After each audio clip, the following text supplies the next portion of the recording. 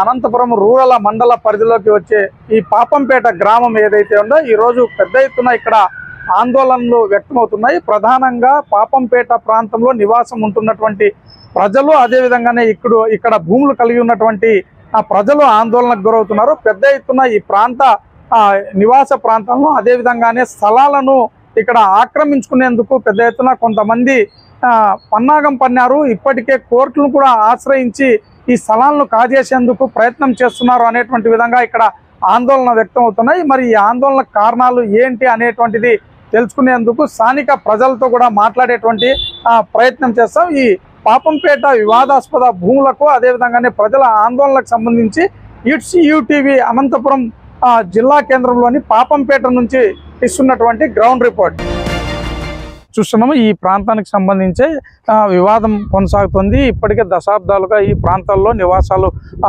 ఉంటున్నటువంటి పరిస్థితి. ఇక్కడ ఇళ్ళన్నీ చూస్తున్నాం. ఇవన్నీ కూడా ఈ ప్రాంతం అంతా పాపంపేట పరిధిలోకి వస్తుందనేటువంటి విధంగా చెప్తున్నారు. ప్రధానంగా ఈ ప్రాంతంలో రాచూరి వెంకట కిరణ్ అనేటువంటి వ్యక్తి ఈరోజు కోర్టును ఆశ్రయించారు. ఈ ప్రాంతం అంతా మా పరిధిలోకే వస్తుంది. దాదాపుగా 100 ఎకరాలకు సంబంధించినటువంటి ఈ ప్రాంతం అంతా కూడా మా కుటుంబాలకు సంబంధించిందే కాబట్టి దీనికి మేమే ఆస్తి హక్కు మాకే ఉంది అనేటువంటి విధంగా రాచూరి వెంకట కిరణ్ అనేటువంటి వ్యక్తి ఎవరైతే ఉన్నారో ఆయన ఈరోజు కోర్టును కూడా ఆశ్రయించారనేటువంటి విధంగా చెప్తున్నారు. అయితే ఈ విధంగా దీన్ని ఈ ప్రాంతం సంబంధించి రాచూరి వెంకట కిరణ్ నుంచి కొంతమంది జీపీఏ తీసుకున్నారు.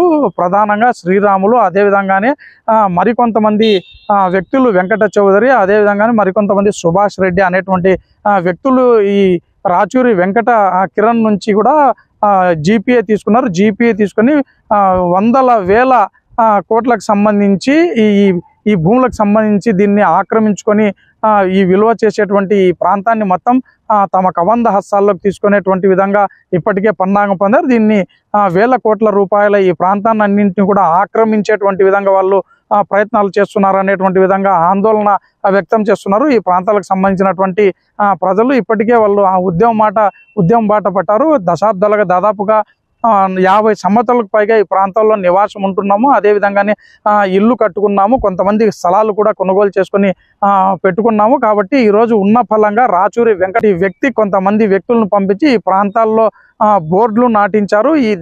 వీటన్నిటిపైన హక్కు మాకే ఉంది అనేటువంటి విధంగా కూడా కొన్ని సర్వే నంబర్లు కూడా వేయించి బోర్డులు నాటించినటువంటి నేపథ్యంలో ఈ ప్రాంతాల్లో దశాబ్దాలుగా నివాసం ఉంటున్నటువంటి ఈ ప్రాంతవాసులందరూ కూడా ఆందోళన వ్యక్తం చేశారు. ఉన్న ఫలంగా ఈరోజు వచ్చి మావే ఈ స్థలాన్ని అంటే ఏ విధంగా మేము చేయాలి, ఎందుకంటే గతంలో ఈ ప్రాంతంలో కొన్ని ఆక్రమించుకున్నారనేటువంటి విధంగా కొన్ని స్థలాలను కూడా పగలగొట్టించారు, అదేవిధంగానే ధ్వంసం చేశారు. అధికారులు కూడా చట్టాలను పూర్తిగా బుల్డోజ్ చేసి ఈరోజు వ్యక్తి తమకే ఉంది అనేటువంటి విధంగా వస్తే అధికారులు కూడా అతనికే వంత పాడేటువంటి విధంగా కూడా వివరిస్తున్నారు. కానీ ఇప్పటికైనా జిల్లా కలెక్టర్ అదేవిధంగానే ప్రభుత్వం మా పైన స్పందించి న్యాయం చేయాలనేటువంటి విధంగా కూడా పెద్ద ఎత్తున ఈ పాపంపేట ప్రాంతంలో ఉన్నటువంటి నివాసితులు ఆందోళన వ్యక్తం చేస్తున్నారు.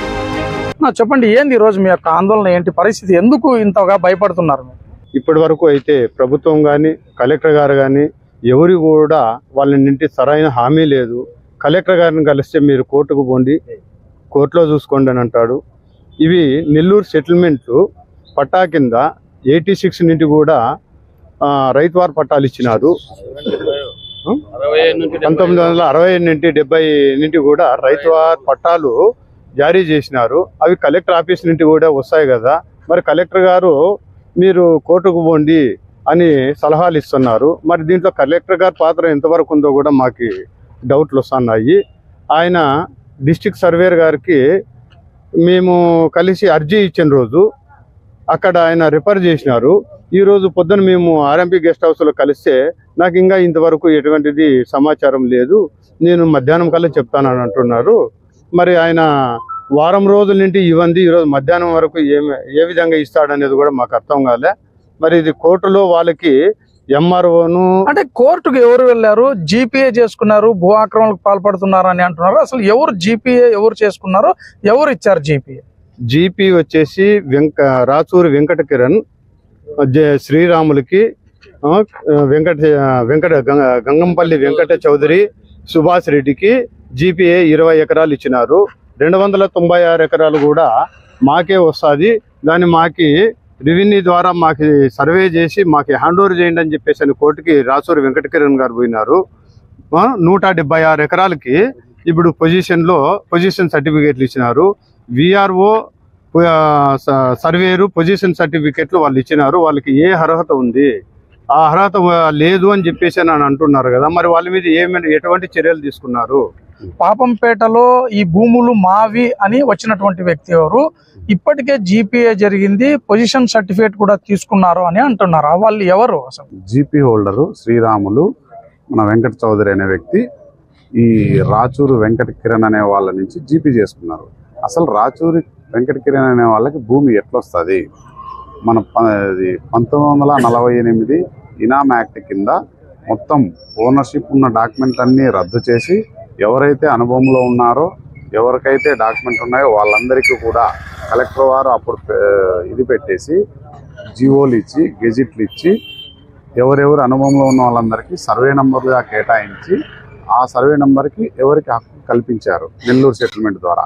ఆ నెల్లూరు సెటిల్మెంట్ తర్వాత వాళ్ళు క్రమేపీ అవి ఇల్లు రావడంతో దగ్గరకు ఏ సర్వే నెంబర్ నెల్లూరు సెటిల్మెంట్ ఉన్నారో వాళ్ళు ప్లాట్లుగా డివైడ్ చేసి అమ్మున్నారు.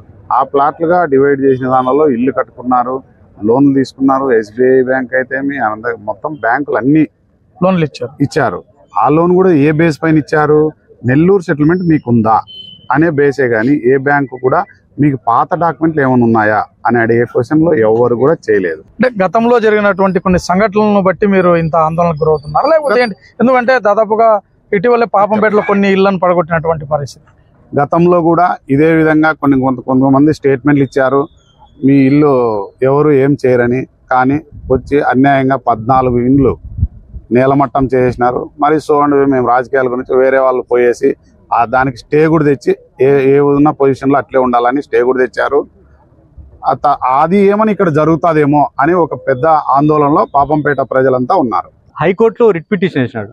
ఏమి ఈ ప్రాంతం ఈ దీంట్లో దగ్గర 170 ఎకరాలు 296 ఎకరాలు అన్రిజిస్టర్డ్ జీపీ తీసుకొని ఈ ప్రాంతం అంతా మాదే అని చెప్పి ఈ ఒక రిట్ పిటిషన్ వేసినాడు.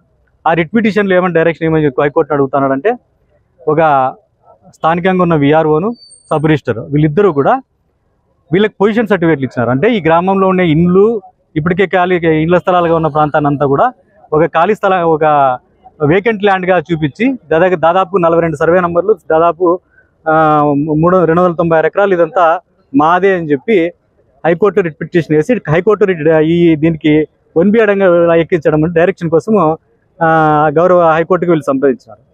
అప్పుడు ప్రజలకు అర్థమైంది ఏమంటే, దీంట్లో ఏదో జరిగిందని చెప్పి ఆ రిట్ పిటిషన్ వెరిఫై చేస్తే దీంట్లో పార్టీలుగా ఎవరు చేసినారంటే, ఇక్కడ ఉన్న స్థానికంగా ఉన్న ప్రజలను చేయకోకుండా కలెక్టర్ గారిని, ప్రిన్సిపల్ సెక్రటరీ ఆఫ్ రెవెన్యూని, అదేవిధంగా స్థానికంగా ఉన్న విమార్వని, సర్వేయర్ని వీళ్ళు మాత్రం పార్టీలుగా చేస్తూ వీళ్ళు హైకోర్టు రిట్ పిటిషన్ వేసినారు. ఈ గవర్నమెంట్కి చెందిన ఏజీ గారు ఇది సోత్రి విలేజ్ అనే డేటాని కానీ ప్రభుత్వం తరఫున ప్రజల తరఫున వాదించడంలో గతంలో విఫలమైనాడు. ఇప్పుడు రాష్ట్ర ప్రభుత్వాన్ని మనం ఒకటే డిమాండ్ చేస్తాం, ఈ గ్రామము గతంలో లాగా ఇది ప్రైవేట్ ల్యాండ్ కాదు, ఇది పూర్తిగా సోత్రి విలేజ్. సోత్రి విలేజ్ అంటే 1948 ఎస్టేట్ అబాలిషన్ యాక్ట్ ప్రకారం ఈ గ్రామం పూర్తిగా కూడా అబాలిషన్ యాక్ట్ ప్రకారం పూర్తిగా రద్దయింది. సోత్రి విలేజ్ రద్దయి 1964లో ఇది ఆ గ్రామంలో ఉన్న రైతులకి, గతంలో ఉన్న హక్కుదారులకి, వీళ్ళందరికీ కూడా గ్రామంలో మొత్తం దాదాపు 700 ఎకరాల పై కూడా నెల్లూరు సెటిల్మెంట్ పట్టాలు ఇస్తారు. అంటే ఈ చట్టం ప్రకారం ఎవరైతే నెల్లూరు సెటిల్మెంట్ ఆర్డర్లు ఎవరు తెచ్చుకుంటారో వాళ్ళు మాత్రమే ఫుల్ అండ్ ఫైనల్ వాళ్ళని చట్టం చెప్తా ఉంది. ఇది ఉన్న వ్యవస్థలో ఉన్న అందరికీ తెలుసు. ఇవన్నిటికీ కాకుండా గతంలో అంటే ఈ చట్టం కంటే ముందు వచ్చిన పనికిరాని ఒక చెత్త పేపర్ లాంటి 1952 డాక్యుమెంట్ తీసుకుని వచ్చి హైకోర్టును సంప్రదించి ఈ ఎవరైతే రెవెన్యూ అధికారులు ఉన్నారో విఆర్ఓను, సర్వేయరు, ఎంఆర్ఓను, అదేవిధంగా దీన్ని ఒక 20 ఎకరాలని జీపీఎల్ చేశాడు. అంటే ఖాళీగా పెద్ద పెద్ద ల్యాండ్ కనిపించిన దానికి కూడా ఈ యావరెంట్ డాక్యుమెంట్ బేస్ చేసుకొని కూడా సబ్ రిజిస్టర్డ్ జీపీఎల్ చేశాడు. చట్టం ఏం చెప్తుంది, 10 సెంట్ల పైన అయితే ఆ రికార్డుల్లో 1B అడంగలు ఉండాలా, 1B అడంగలు వెరిఫై చేస్తే కానీ రిజిస్టర్ చేయకూడదని ఉంది. అవి అతను చట్టవిరుద్ధంగా కానీ వీరందరూ కూడా ఒక గ్రూప్గా ఫామ్ అయ్యి ఈ వ్యవస్థలన్నీ మేనేజ్ చేసుకొని మొత్తం గ్రామంలో ఉన్న దాదాపు 296 ఎకరాలు ఇప్పటికే రిజిస్టర్ అయిన 200 ఎకరాలు ఇంకా ఈ ప్రాంతంలో ఉన్న ప్రాంతాన్ని ఇంకో ప్రాంతంగా చూపిస్తూ మొత్తం గ్రామాంతగా వివాదంలో తీసుకుని వచ్చి కబ్జా చేసే ప్రయత్నం చేస్తూ ఉన్నారు. జీపీఏ చేసిన వ్యక్తి వచ్చి అనంతపురం SRO సబ్ రిజిస్టర్ చేశాడు. అతనికి జీపీఏలు చేసుకున్న వ్యక్తులు ఎవరంటే శ్రీరాములు, ఇంకా తదితర వ్యక్తులు చేసుకున్నారు. ఒక దాంట్లో వీళ్ళిద్దరే కాకుండా కొన్ని దాదాపు 10 ఇప్పుడు నిన్న డిఆర్ గారు రిపోర్ట్ ఇచ్చారు, 11 రిజిస్ట్రేషన్లు అయినట్లు అక్రమంగా, ఇవి WNTలుగా రిజిస్టర్ అయినట్లు.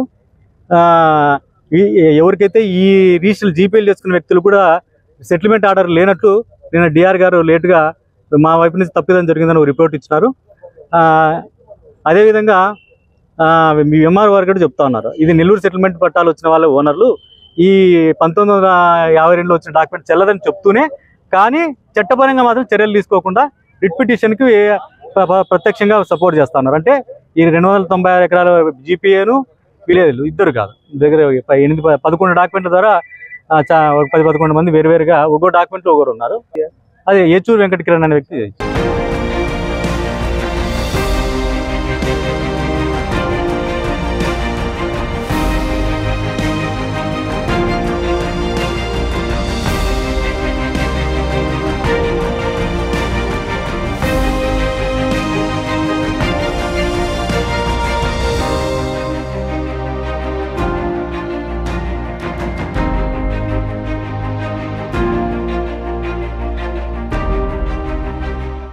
రోడ్ల మీద తరిమి కొడతాం, రోడ్ల మీద తరిమి కొడతాం.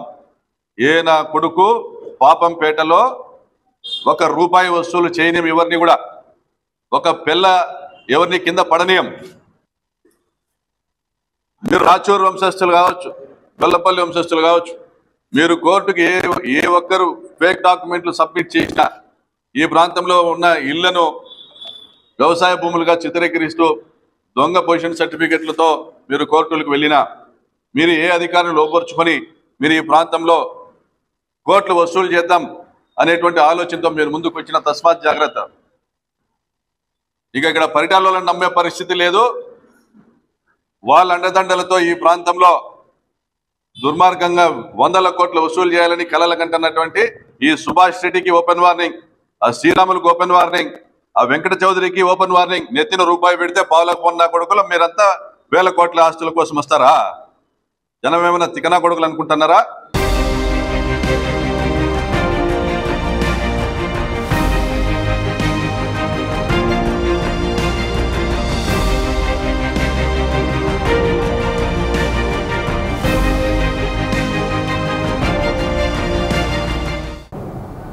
మా యొక్క అన్న కుమారుడు రాచూరు వెంకట కిరణ్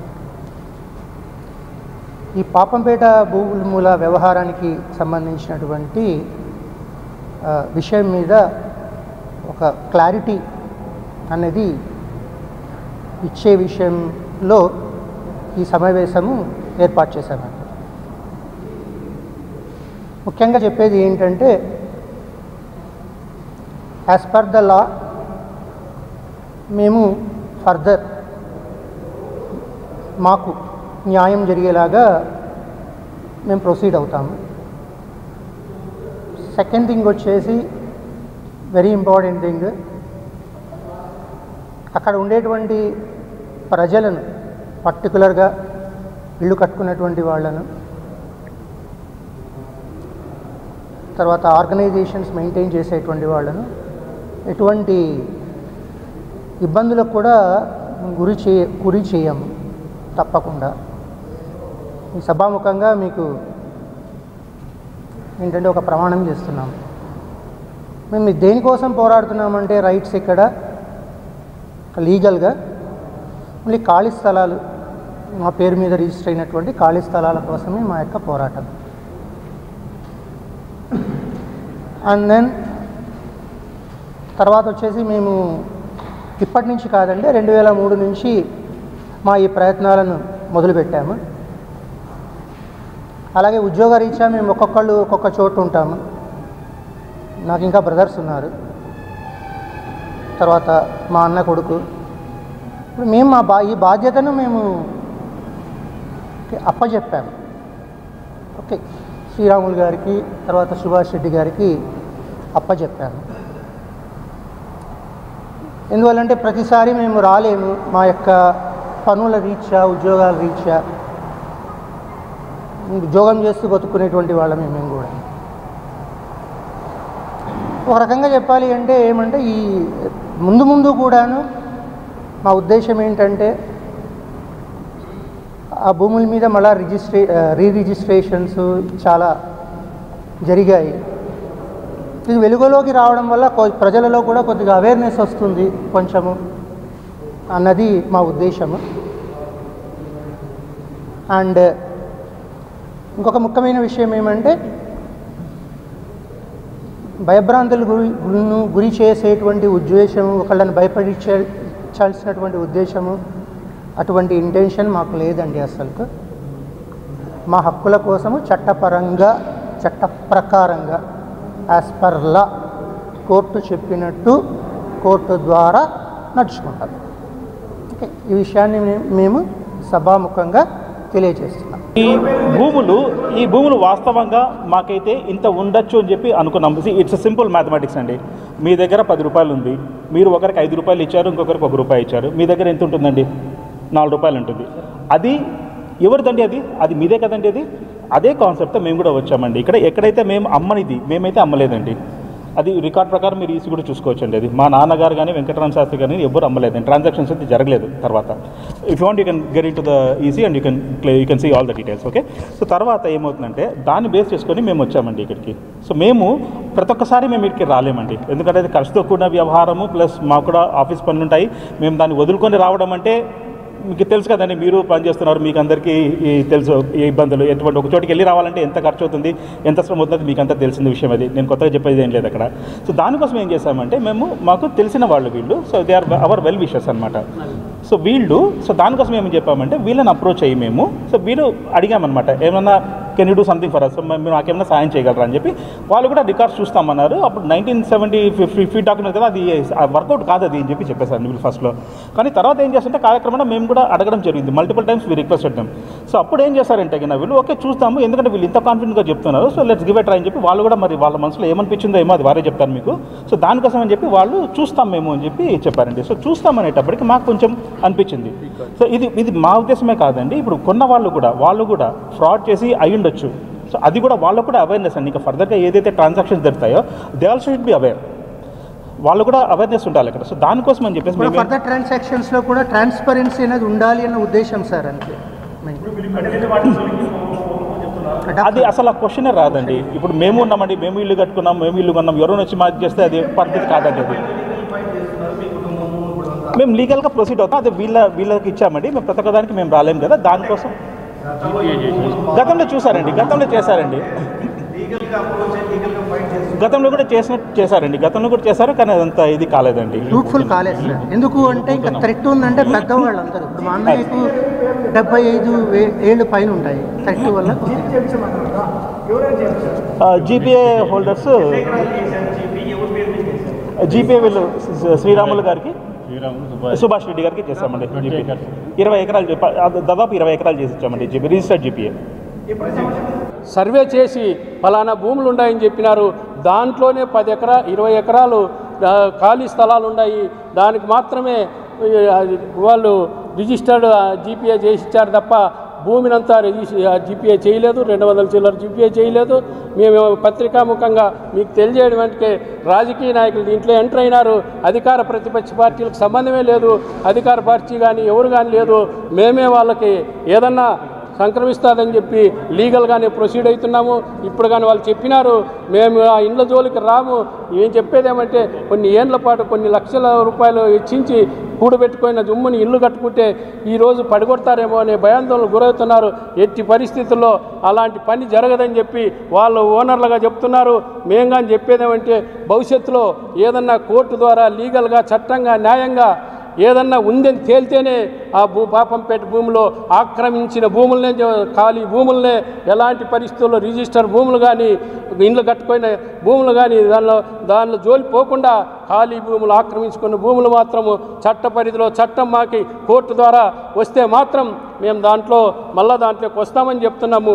అంతవరకు పాపంపేట ప్రజలకు మేము చెప్పేది ఏమంటే దయచేసి ఎవరు భయాందోళనకు గురి చేయొద్దండి. ఆ గతంలో జరిగినటువంటి సంఘటనలు ఏదైతే ఇదే ప్రాంతంలో కొన్ని ఇళ్లను కూడా తమకు హక్కు ఉంది అనేటువంటి విధంగా కోర్టులు ఆశ్రయించడంతో కోర్టుల ద్వారా వారు ఆశ్రయించి ఈ ప్రాంత ప్రజలను భయభ్రాంతులకు గురిచేశారు. మరోమారు ఇలాంటి పరిస్థితులు ఇక్కడ తలెత్తేటువంటి అవకాశం ఉంది అనేటువంటి విధంగా కూడా ప్రజలు ఆందోళన వ్యక్తం చేస్తున్నారు. దీంతో మమ్మల్ని కాపాడండి, అదేవిధంగా మా ఇళ్లను అదేవిధంగా మా స్థలాలకు రక్షణ కల్పించండి, అదేవిధంగానే మమ్మల్ని అన్యాయానికి గురి చేయొద్దండి అనేటువంటి విధంగా జిల్లా కలెక్టర్ అదేవిధంగానే ఎస్పీలను కూడా విన్నవించి కొంతమంది భూ ఆక్రమణ దారుల నుంచి ప్రమాదం ఉంది అనేటువంటి విధంగా జిల్లా ఎస్పీ కలెక్టర్లకు కూడా వినతి పత్రాలు అందజేశారు. మాకు న్యాయం చేయాలనేటువంటి విధంగా కూడా వారు డిమాండ్ చేస్తున్నారు. రసూల్, ఇట్సీ టీవీ, అనంతపురం జిల్లా నుంచి.